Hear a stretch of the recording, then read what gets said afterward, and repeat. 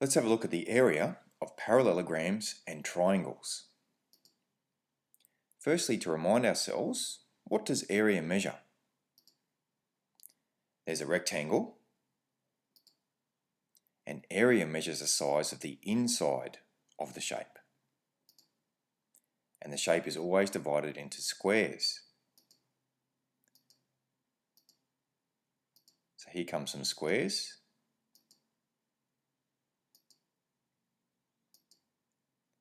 And there is a rectangle with an area of 18 squares. So it measures the inside of a shape using squares.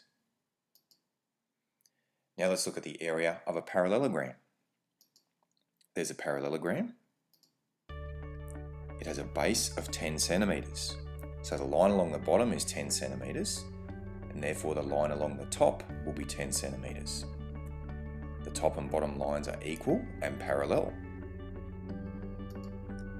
The line to the left is 5 centimeters long, and so the line to the right of the shape is also 5 centimeters long, because the left and right sides there are equal and parallel. The parallelogram has a perpendicular height of 4 centimeters.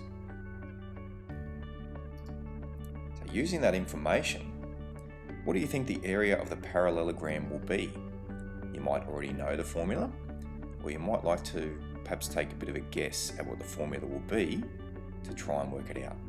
Press pause, work it out, and press play when you want to check your answer.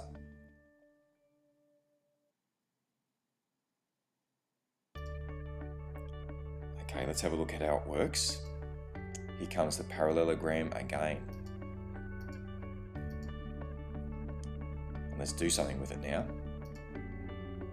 I'm going to put a line in there, and I know that that's 4 centimeters high. That's the perpendicular height. And what I'm doing is actually creating a triangle to the right hand side.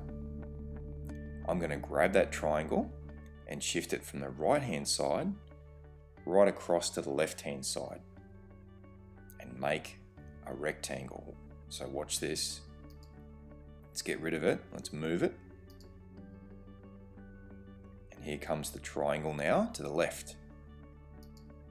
So I shifted it from the right to the left, and I'll just get rid of a line. And that 5 centimeters, I don't really need that, to be honest.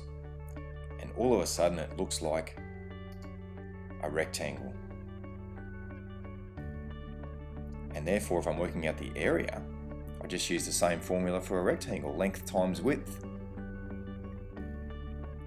But just remember, when we're talking about parallelograms, the area, we talk about the base and the perpendicular height. So area equals base times perpendicular height.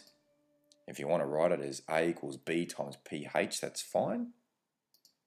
And therefore, in this case, the area equals 10 centimeters by 4 centimeters.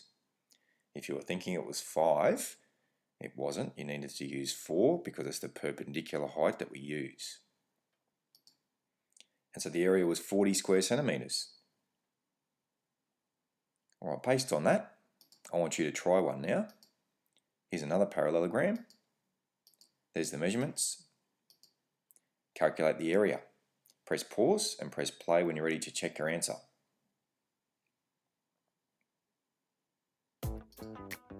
Okay, write the formula. A equals B times PH. Put in the correct numbers. A equals 20 meters times 8 meters. So the base is 20 and the perpendicular height is 8. And therefore the area equals 160 square meters. Alright, let's have a look at how a triangle works now. The area of a triangle is very much based on a parallelogram. So there's a parallelogram. Can you see a triangle there? Actually, if I draw a diagonal, I can see 2 triangles. So the parallelogram has been divided into 2 triangles.